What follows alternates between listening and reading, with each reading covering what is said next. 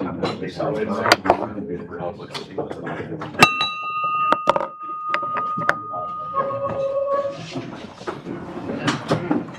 man. Hey, everyone, we're going to start with a song, Tom. We're singing God Bless America. All right, and Paul's going to have the pledge. Doug Green's going to pray for us. All right. God bless America, land that I love. Stand beside her and guide her through the night with the light from above. From the mountains to the prairies, to the oceans white with foam.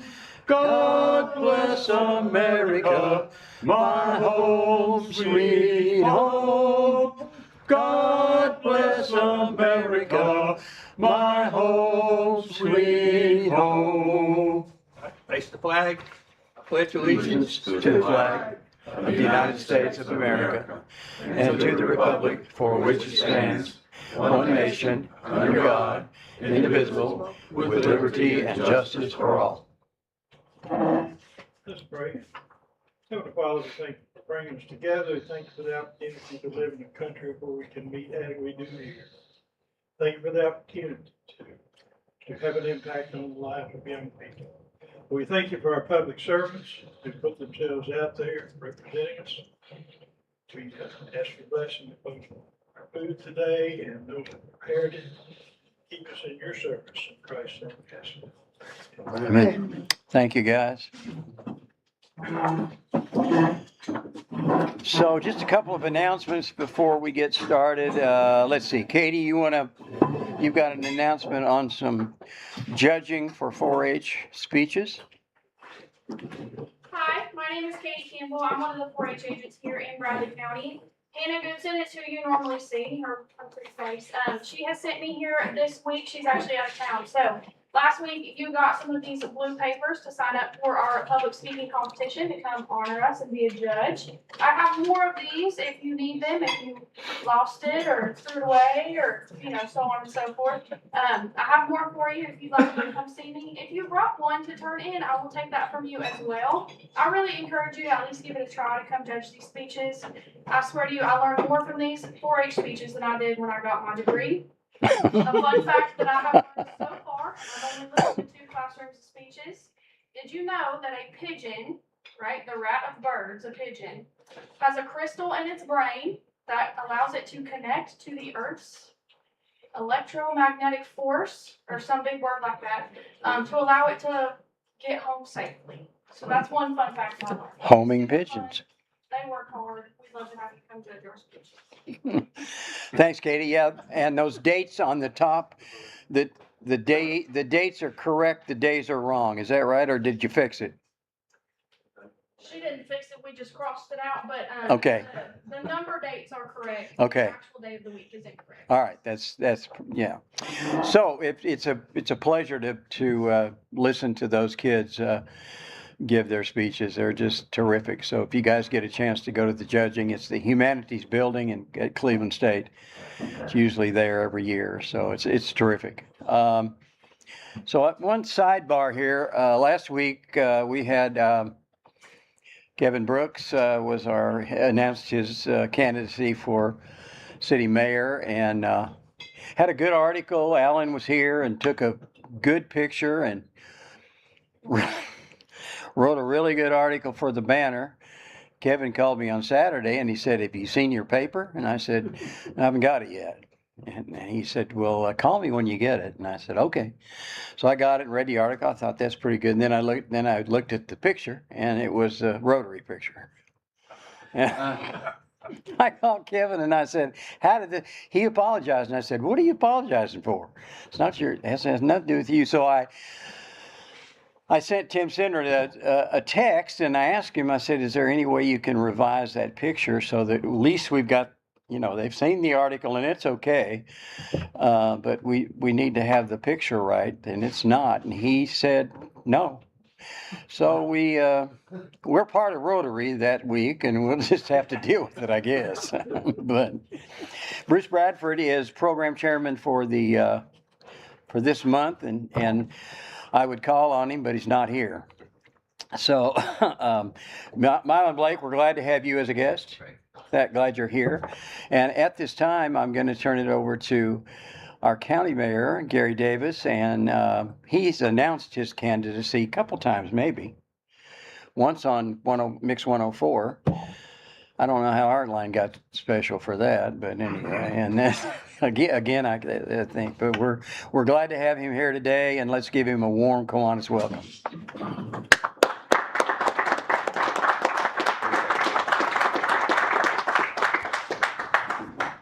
This is the second time I've spoke with the state of the county, and both times the person that invited me to come didn't show up to introduce me. Yeah, you tell Bruce that. I'll have to figure out if I've got to use glasses or not. It's great to be here. I appreciate you inviting me. This is something I've come to look forward to every year. You know, one of the things, and I don't want to get into campaign stuff a lot, but someone said the other day, well, you only see the mayor during the campaign. I've been here every single year for how many years now? It just happens it's that time of year, but I'm not here for that reason, as you well know. In the good old days, my first state of the county was at Kiwanis for year after year, and now I think you've started, or the city's first one year and the county's first the next year. It's on a more of a fair thing, I guess you would say. So when you went to bring in the city mayor first, then I went to Sunrise Rotary first. That's right, that's where it was. That's where it was, probably, yes. But yeah, I used to, it was always reserved first at the Kiwanis. I wouldn't go somewhere else first because of that, but I had to change it. The state of the county, I don't have a slide presentation and all the wonderful pictures that you probably saw last week, but do have some important information about Bradley County, as I always do. I got to be careful and not say anything negative about the commission, since they have a representative here. Sort of serving as county mayor has truly been one of the greatest honors of my life. It's a responsibility that I take seriously, and I truly do approach it every day with gratitude and respect for the people of Bradley County. I think that's been true from day one. Over the past several years, our community has experienced significant growth. We faced some real challenges. I think I've gone through 3 tornadoes, a courthouse fire, a courthouse annex flood, and we could go on with the list. But several really real challenges. We've made meaningful progress during this time, and I don't know about you, hopefully you agree. I'm proud of what we've accomplished together over those years. Equally important is maintaining a county government that lives within its means, and sometimes that becomes controversial, but I think it's an important thing. I've always looked at government, and you hear me say this every year, I realize. The reason you hear me say the same thing over and over is because it's true over and over. It don't change. Truth stays the same. But I think that a government should live like we have to do at home. We have to live within our means at home. We somewhat have to have balanced budgets, hopefully at home. If not, that's why the debt gets so high and the credit card gets over limited sometimes. But a county should live within its means, and that's the ongoing big challenge, of course, with any government. Over the last several years, Bradley County has responsibly managed federal funding. Again, not referring to comments on Facebook. Somebody said you shouldn't read those, and I shouldn't, but I do get some interesting information sometimes. The other day, someone said, I wish somebody could tell me how we spent our federal funding. I didn't come with that list this year, but Mylan could tell you, I've talked about how we're spending those buckets, how they are spending those buckets. 7 or 8 buckets that we formed early on. We're going to spend this much on water, this much on sewer, and so forth. I've given that report so many times, but somebody's come out of the woodwork and makes it sound like that we keep all that secretive, which is not true. And I could, off the cuff, probably tell you roughly where we spent that money if someone wants to ask today, but I didn't bring it because I felt like 4 years of talking about ARP funding was enough and it's time to move on. Although we're still spending some. Mylan likes to give the report that ARP funding is behind us, which really it is as far as the next budget is concerned.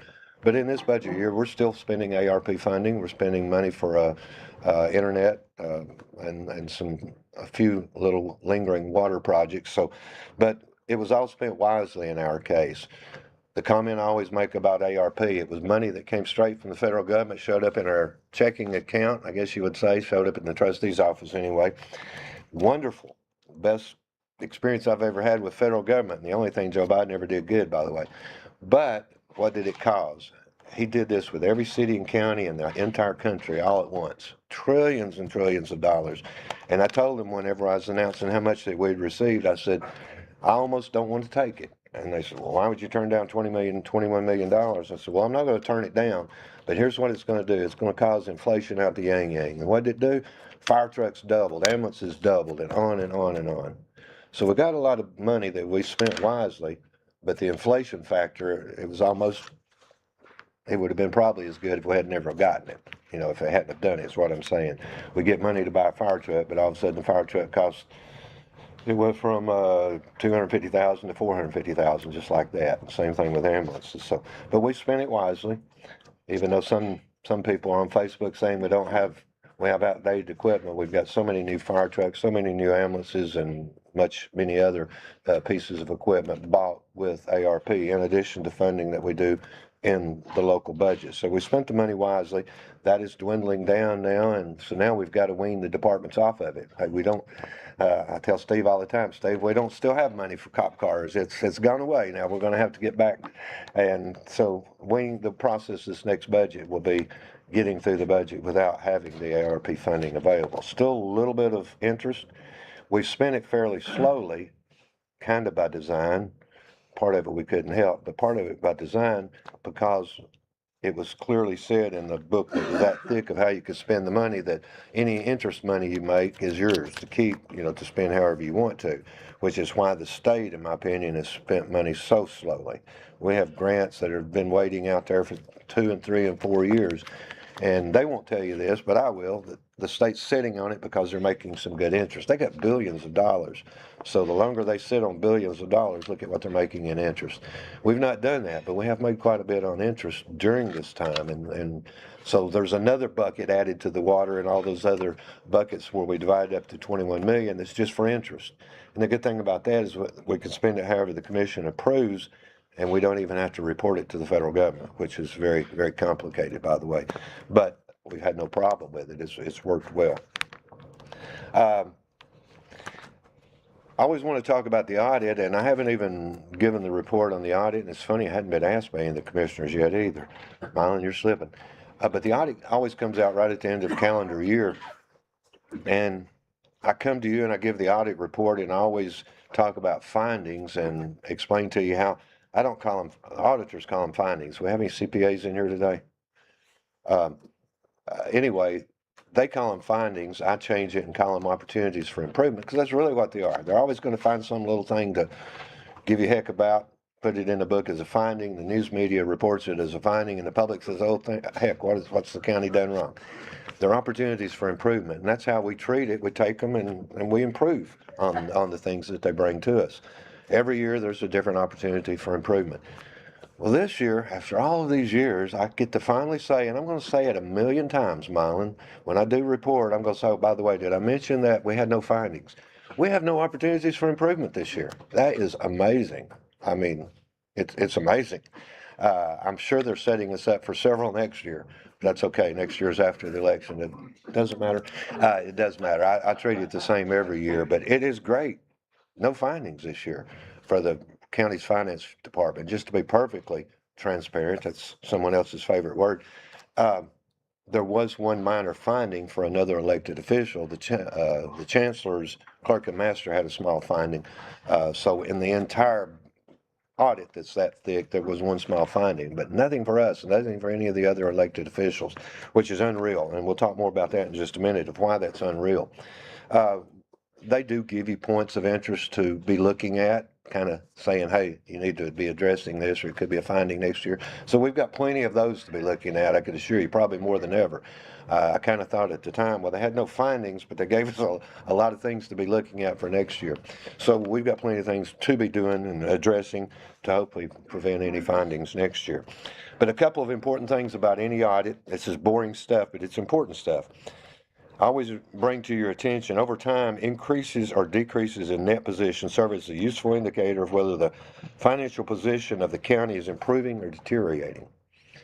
If you have a business, at the end of the year, you look to see what was your net profit. Well, governments are not, they don't have profit, they have net position. And you want your net position to increase, which is similar to a net profit in the private business. So you want it to, even though you're not making profit, you still want to show that your net position is increasing. And usually our money, the big money, is spent on capital, things like school buildings, jails, and so forth. So those all count toward net position. So our net position goes up every year, and that's a good thing. I dread seeing the year that it may not, but it always has, I believe, every year. But this year, our net position is $91,731,000. Now, the key there is, okay, that's what it is this year, what it was last year. That's $11,400,000 more than last year. So again, if you were in the private sector, that's $11 million of profit. It's not profit, but the net position did increase by 11. That's the first thing I look in the audit. I don't look at the opportunities for improvement. We'll do that over the next 12 months. But what was the net position and what was the change in net position? And ours always goes up, and it went up $11.4 million this year, which is great news. The general fund, our policy requires general fund balance to be 15%. It ought to be 25%. Well, somebody says, well, why don't you increase it to 25? Because if we increase it to 25 and it comes in at 24, then we've got an audit finding. Does that make sense? So you don't want to set yourself up for that audit finding, but it ought to be 25. So my goal always is to have a 25% fund balance. Why do you need a 25% fund balance? County government basically lives off of property taxes. There's some sales tax, but most sales tax on our side of the aisle either goes to the city or it goes to schools. So county government doesn't get a lot of sales tax. It's mostly property tax. And from July till November, really December, nobody pays your property taxes. Most people pay it in December because of tax write-offs. Most people pay it January and February. So from July till December, there's no revenue. But I've got $1 million payroll every 1 million payroll every 2 weeks, and ongoing utilities and so forth. So if we don't have a 25% fund balance, we're in trouble. The commission will say, sometimes the commission will say, well, our policy says 15 and you're proposing a budget with 25% fund balance. That's why. If we don't have it, how do we pay bills? Well, we have had to do this before, and other counties do it every year. You got to go borrow money. You got to go borrow money for day-to-day operational costs. That's not doing it the way you should be doing it. That's like your taxes coming due and you don't have the money to pay it, so you got to go to the bank and borrow the money. You don't want to do that. You want to save so much a month for 12 months to pay your taxes. Don't go borrow to do it. So with a 25% fund balance, we could make it. This year, I think I'm usually proposing a budget right around 25. It might have been 24 or something. But according to the audit this particular year, June 30th, it ended up $13,600,000 fund balance, which is 26%. So again, we only had to have 15. We ended up with 26, which is a good thing. And that also starts out your new year in a good situation also. A couple of important things that's important to me anyway. Sometime in the next couple of years, the commission will be voting to borrow some money for some school projects. We'll talk more about school in a minute. But whenever you borrow money for schools, your bond rating is very important. I honestly don't remember what it was when I came into office, but I can tell you it's substantially less than it is now. Right now, our bond rating is AA2 with Moody's and AA with Standard & Poor's. The state's AAA. You know, they lost their AAA for a while, but they got it back. Why aren't we AAA? It's based on your total budget. And with a county our size, a AA is as good as you can get. Based on the volume of money coming in and going out and so forth. So the state can earn a AAA bond rating, but a AA is as good as we can get. So now we've reached the ultimate of the best bond rating you can have, and maintaining it and keeping it is the problem. Usually you don't lose it until you get ready to borrow money. And if they vote to borrow money at the wrong time and we're not in a good situation at that time, I got to spend a day on the phone with these wonderful, sweet people who know nothing about Bradley County in New York City, explaining to them about how Bradley County is and convincing them that we're a AA, we are still a good AA bond rated county. You don't know what they're going to say because they really know nothing about your community. They know what they've got online, and you can tell they're reading it off the line. Well, what about this about Bradley County? Those facts and so forth. But anyway, that discussion goes on for hours, and it's no fun. And at the end of the day, you're taking a chance. What's the bond rating going to be? I don't want to be county executive or county mayor and lose the AA bond rating I have. That looks bad. If somebody knew how to talk about bond ratings, they could really use that against me at election time. We've never done that. We've got to the AA, and maintaining it every year is a challenge, but we're still a AA. But when they get ready to borrow some more money, I'll have to go through that again, and that possibly could change. But as long as we keep our fund balances in line and those kinds of things, we should be okay. Our long-term debt is always requested, and we've got that down. If you make me God for a day in this next term, I'd be able to brag and say we have no debt, but that's not very realistic. You can't build schools with total cash, and again, we'll talk about that more in a minute, but right now we're in the middle of a $35 million phase of rebuilding Hopewell School, adding on to Parkview. We just got through adding on to Ocoee Middle, buying property and so forth for future schools, and we're paying cash with it. And if they'll leave me on the timeline that I'm on now, and I have agreement with schools, we'll be able to do possibly the next phase partially with cash. But at some point, we'll be having to borrow money. And that's sort of like buying a house. Unless you moved here from California and made a fortune off your house there and buying one here a lot cheaper, you usually have to borrow money when you buy a house. That's just the way it is. But our debt is the lowest it's been since I've been here, and we've borrowed probably, I keep saying I ought to total it up, but I would guess in the neighborhood of $150, $160 million in the years I've been here. But we're always paying down the debt. So the debt's going down, down, down, even though we're borrowing, and it kind of jumps up and then it starts going down again. But this past year, we paid down our debt $7.7 million, and we do that every year. 7.7 million, which has our outstanding debt at 52 million. That's really good. Don't tell my commissioners, but that's really good. We're set to borrow money if we want to and need to. Not that I want to, because I want to pay cash for it as long as I can. But 52 million is our outstanding debt. I don't remember what it was when I came into office. My guess it was 80, 90 million, something like that. And then on top of that, we borrowed 160. So follow me, 80, 90, up to 160, that makes it 250, but yet we only owe 52. That tells you that we pay down our debt each and every year, a tremendous amount. What's the 52 million for? And we mentioned schools, and most all of it is for schools. We've built jails and juvenile centers and fire stations and so forth with debt, but most all of that's paid off. 52 million, 45 million, 300,000 is for schools, and of that 45 million, I see some school people here. Of that 45 million, 33 million is for county schools and 11 million for city schools. So that's the gist of our debt, and it's nearly all schools. But when we borrow money, it's for county and city. So there's always some city school debt there. So just you can put these in perspective, and nobody really ever comprehends this, but to get an idea of the volume of what goes into this audit.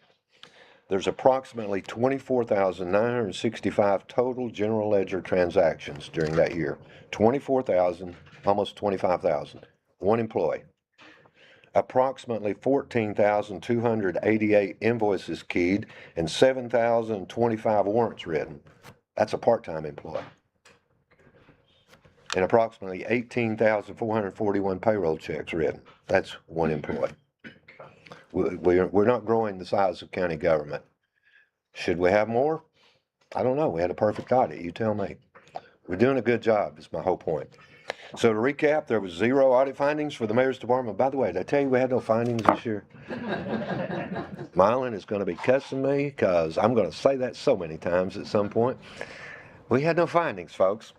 No findings for the finance department, no instances of non-compliance that were material to the statements, and long-term debt decreased by 7.7 million. Those are the important things from the audit, and basically a good, clean audit. I'm trying to move fast because I don't know when you're going to run up the red flag and tell me I'm out of time, but as you know, I can talk about county government for hours. Some of the highlights in 25, grand opening of SK Food Group in the Spring Branch Industrial Park.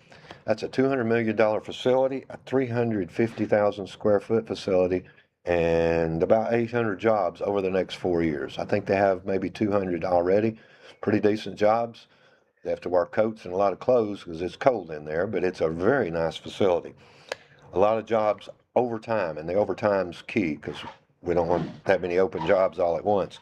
Amero International is something I'm very proud of, and I can't explain to you what they make, titanium products, and they have contracts with defense industry and so forth. But Amero International, they had their ribbon cutting this past year opened. It's a, a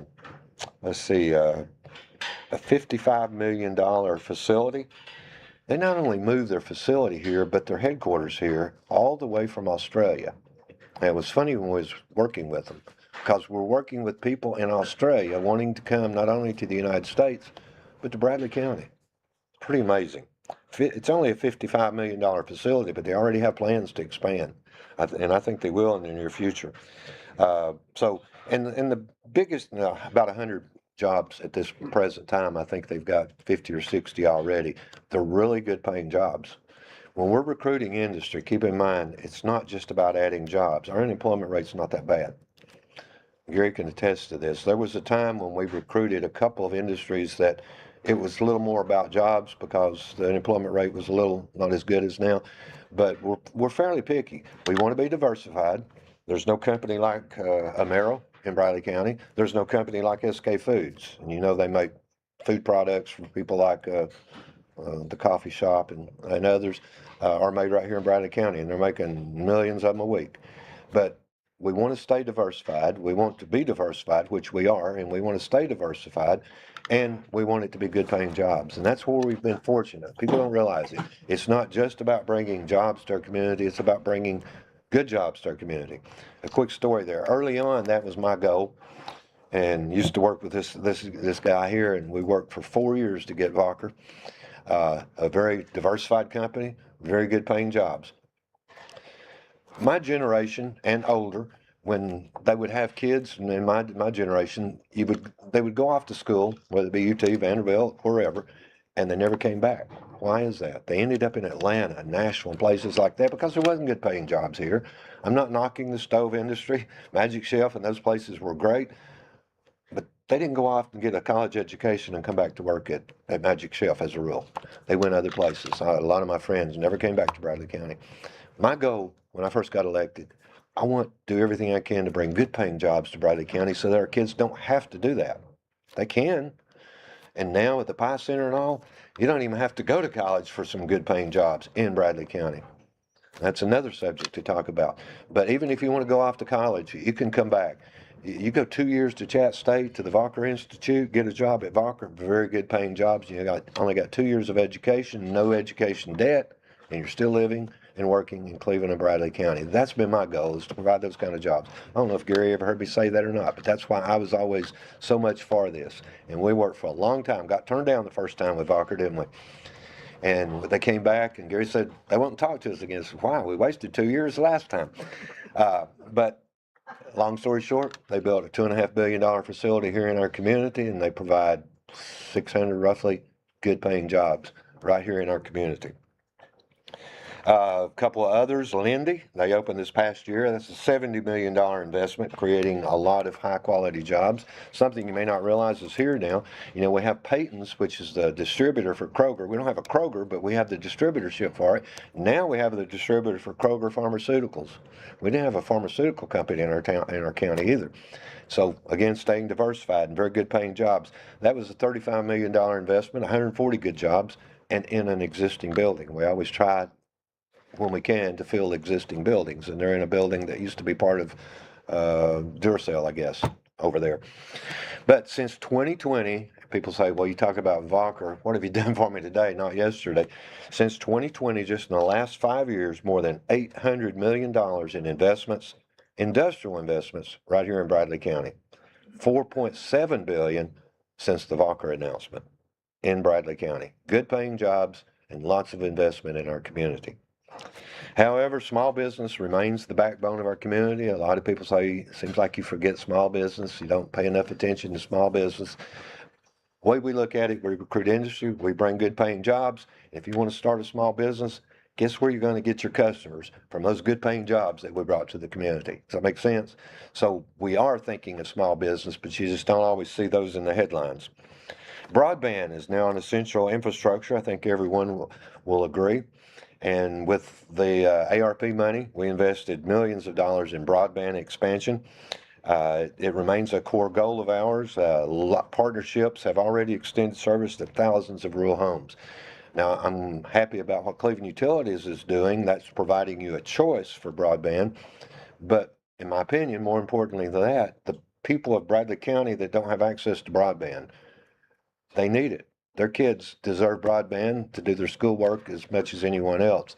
So we spent a lot of money providing broadband to those areas, partnering with the broadband companies, and it may be a 50-50 match, that kind of thing. But we're spending millions of dollars, and that's something that is still ARP ongoing this next year.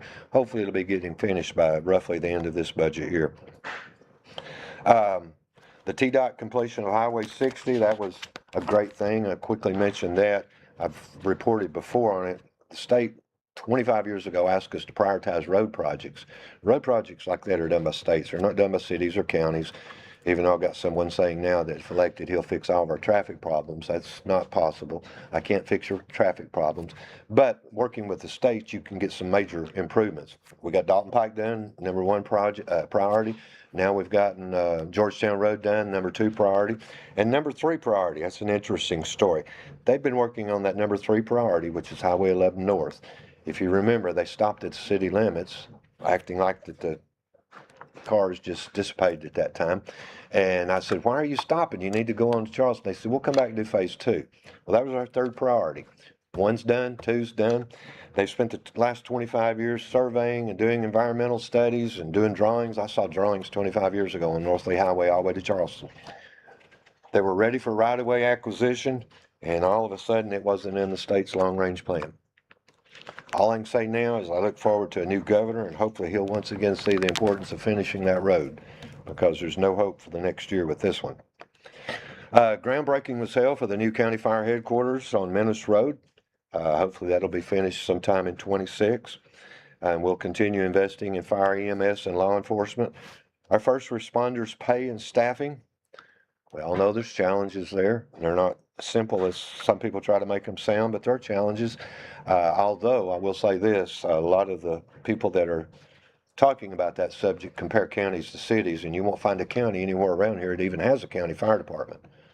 We're the only county that provides 24/7 ISO Class 3 fire protection for the entire county. Weston Wapp in Hamilton County doesn't have a fire department. Mammoth County doesn't have a fire department. Meigs County doesn't have a fire department. Ray County doesn't have a fire department. Those cities do, but the counties don't. But no matter where you live in Bradley County, you have a 24-hour, 7-day-a-week ISO Class 3, which is great. Cities 2 or 3, very, very close. Fire protection, no matter where you live in Bradley County. So when you start comparing, what are you comparing to? You're comparing to cities. And cities, no matter whether it's schools or fire or police or whatever, historically always pay a little more. It's sort of like get 2 taxes, don't they? But anyway, not knocking cities, it's hard to compare to cities. And it's hard to compare on that subject because there's not a county around here in this part of the country that provides the same thing. But we are now providing ongoing mental health support for our first responders, which is an important thing. Especially our paramedics, EMS people see a lot of tragedy. Fire does too from time to time, but EMS does on a daily basis, and it affects them mentally. So we've finally been able to start providing that mental health support, and I think they really appreciate that. It was something very much needed. And we'll continue to address the first responders' pay, but you got to do things like that at budget time. You can't raise the taxes in the middle of a budget year, no matter what someone complains about, and it's got to be done at the time where we can. A couple of highlights back from this. Somebody tell me, how much time do I have? Because I got 8 minutes. okay. A couple of highlights on this current year, and I brag about it, but the commission, each one of them can brag about the same things, and they ought to be doing that. No tax increase, no new taxes, no fee increases, which continues a long history of balanced budgets without raising the property tax. That's another comment I heard. But you can't go forever without raising taxes. We don't raise the tax rate, we grow the value of our community, and we've been very successful at doing that. Now, you don't like that either, I realize that, but the value of your house, if it went from $300,000 to $400,000, that's because people moving here from California paying $400,000 makes your value go up. That makes the revenue go up. But I would much rather the increase in my tax bill be from the growth of the value of my home rather than Mylan and 7 others arbitrarily increasing my rate. Does that make sense? So we've grown the value of the county, and we've done that successfully all of these years, and that's how we've been able to stay where we're at. The challenge is keeping the growth of the expenses in line with that growth. That's the challenge always. Some of the other highlights in this current year, 3% raise for all full-time employees, even though one department makes it sound like they didn't get a raise. They got the same raise everybody else did last year. And no department received less than they did the year before. So they're all moving forward. Maybe not all at the same pace, because we've got to do it as we can afford to do it, but they're all moving forward. What are the 5 largest increases in the budget? And these are all pretty huge increases. Schools, sheriff, justice center, fire, and EMS. What does that tell you?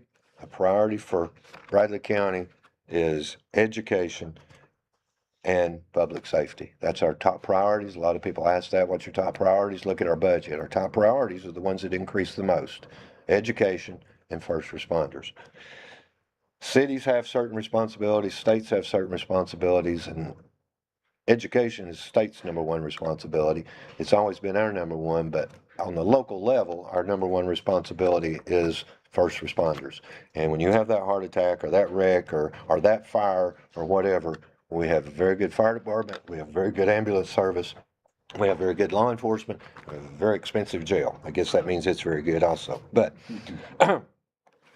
I have presented to the county commission, and Marlon Blake gets tired of hearing this too, but have I told you today? 25 budget proposals, 25, and not one of those has asked for a tax increase. In 25, we began phase 1 of a $32 million school expansion project that I've mentioned already, and the long-range plan for schools is $130 million, I believe, something like that, over the next 5 years, $130 million. So what are our top priorities for the future? It's all about education and building more schools once they're approved by the county commission. We're only thing that's been approved is phase 1, and that's the $32 million that we're in the middle of right now that we're spending cash for. Looking ahead to 26, we're going to continue working toward broadband access for all. That'll continue with ARP money this year. Hopefully there'll be funding available even next year to continue it somewhat, because having broadband for all is and should be a top priority for county government. Completing the Menace Road fire headquarters and continuing to support places like Lee University, Cleveland State, and our K-12 school systems, because preparing the next generation of workers and leaders is probably one of our biggest challenges.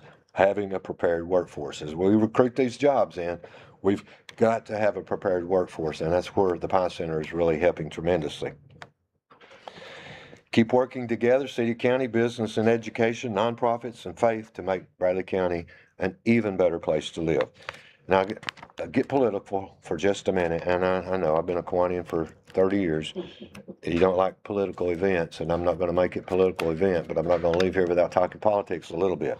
But I am asked, why do you want to continue to be our county mayor? Now, I answer you like this. If you have an employee, if any of you are in business and you have employees, or have worked for someone in business who had his employees, if you have an employee who loves his job, who looks forward to coming to work every day, who doesn't live like the employees nowadays, they live for Friday. It's just the mentality, it's just the nature of the beast these days. But if you have someone who loves his job, loves coming to work every day, who does a good job, I promise you, you ought to do everything you could to keep that employee. And I'll add this, you sure as hell wouldn't fire him. I love the people of Bradley County. I love the job of serving as your county mayor. We're light years ahead of where we were when I arrived, and I want to continue to work hard to make Bradley County even better. My goal originally was to make Bradley County better. My goal today is to make it even better. I want to continue to work with the city, the IDB, the county commission to bring good paying jobs to our community. I want to continue to work with the commission and other elected officials to do all we can to improve the pay for our first responders.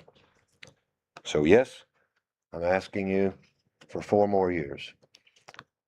Someone during the holidays has asked, what are you most thankful for? We mentioned family, we mentioned the reason for the season and all those things. I'm thankful for one other thing. I'm thankful that God has given me the good health and the desire to continue to serve. And I look forward to the next 4 years. I really do. With your help, I really look forward to the next 4 years. Thank you. Questions? Questions? Come on. I'll go back to page 3 then. I've got one. Yes, sir.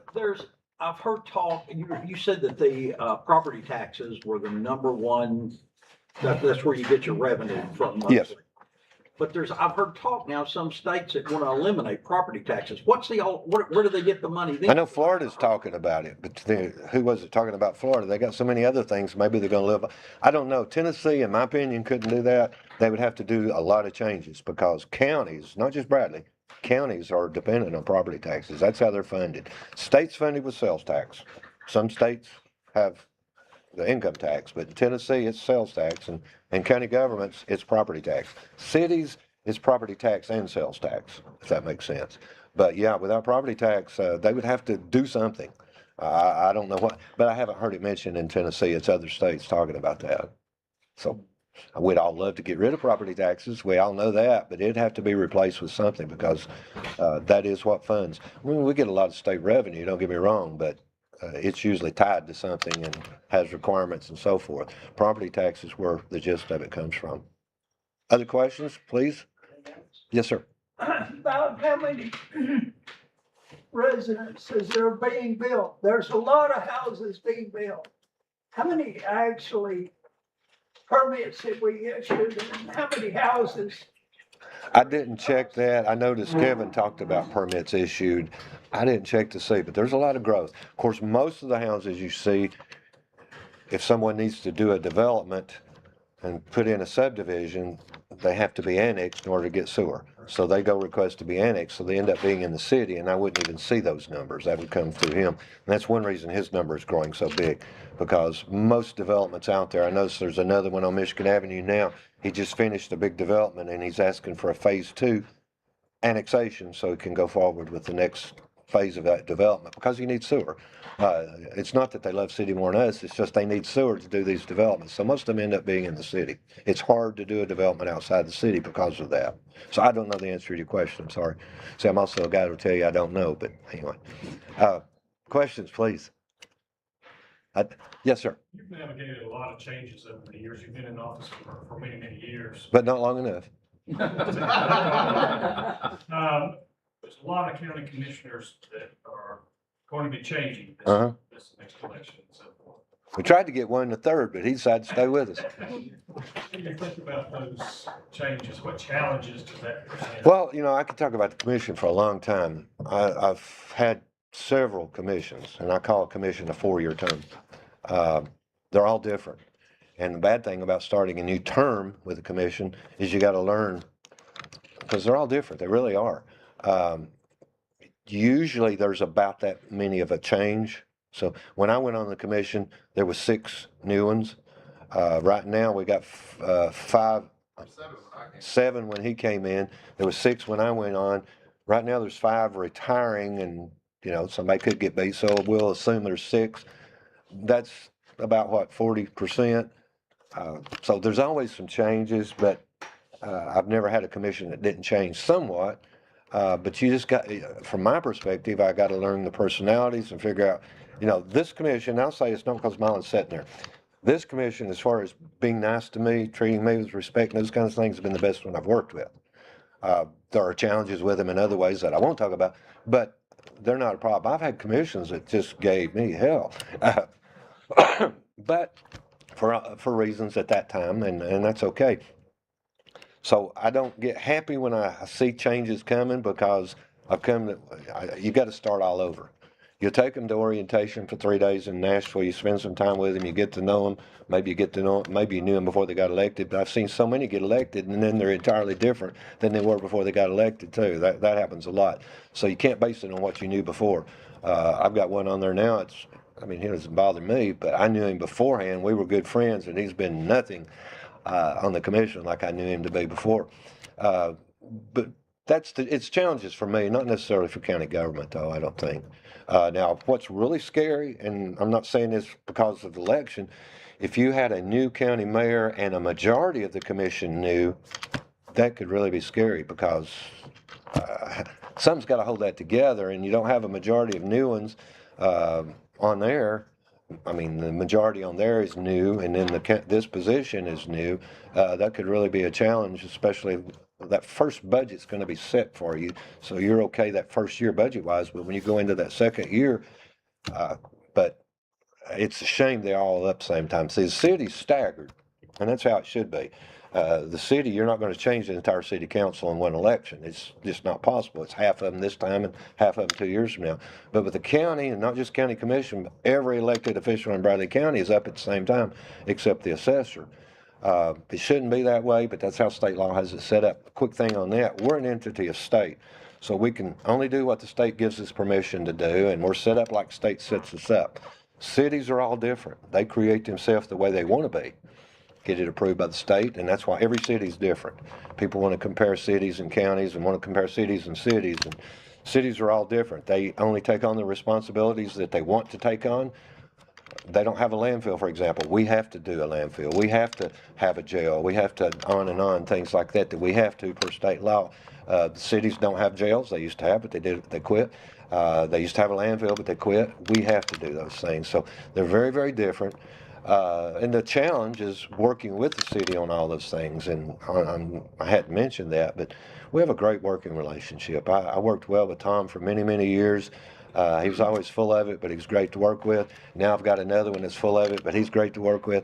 Joe Fivas is, like or not like Joe Fivas, he's great. I can call him up when we have a need, because there are times that there's overlapping needs.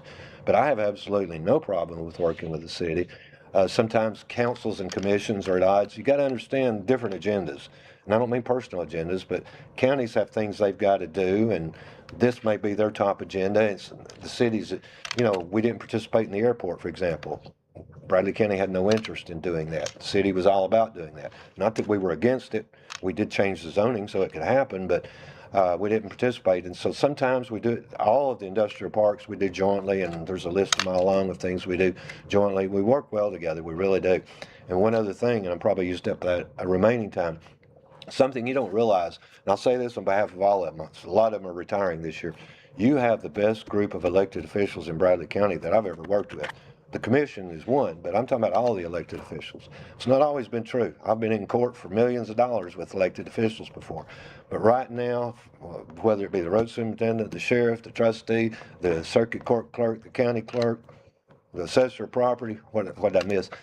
They are all great, and they all work great together. You're fortunate. I look at it from a citizen point of view. That's how it should be. That's how it is. And I would tell you if that wasn't the case. Some years I probably didn't tell you it wasn't that way. I just didn't mention it. But you have a great bunch of elected officials, and you're losing some good ones. That's more scary than the commission, is we're losing some good ones. But I think 2 of them are unopposed, so I think we know who that's going to be, and the other one I don't. But I think we'll have good ones in place. But it will be some newness there, I guess you would say. Percentage-wise, about like the commission, going to be a lot of new ones. But you have a good group of people, and a lot of people moving from here, from California and other places, don't realize that. They're so used to living under Governor, whatever his name is, they don't appreciate elected officials. And I've had to explain to so many of them, folks, that's not how we are in Tennessee. That's not how we are in Bradley County. I understand, but remember why you left there. Remember why you came here. And they have to be reminded of that, because you have a great group of people that work for you. You really do. And I didn't get a single vote for saying that, but it's the truth. Any other? Not all. I'll shut up again. Thank you for inviting me. Thank you for having me again this year. Hopefully I'll be back next year.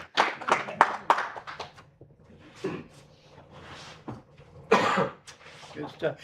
We've got, Mr. Kwani and Doug. I'm Stoker. May not be here. Who is it? It's me? It is. Must be me. Our favorite Georgian, Cliff Easton. Oh, way to go, Cliff. He was late getting here. Yeah, good job. I tried to read your name on this ticket here, buddy. Next week, Steve Lawson, I believe, Sheriff Lawson, we've got, and board meeting next week. Pretty important, Gary. A request. Yes, sir. Ask Steve if he will say something good about me like I did him. Yeah, we'll do that. I'm sure he will too. Appreciate all you did, Gary. It's tremendous what you've done over the years, and we hope that goes forward. We really do. Thanks for everybody being here, and we will see you next week. We are adjourned.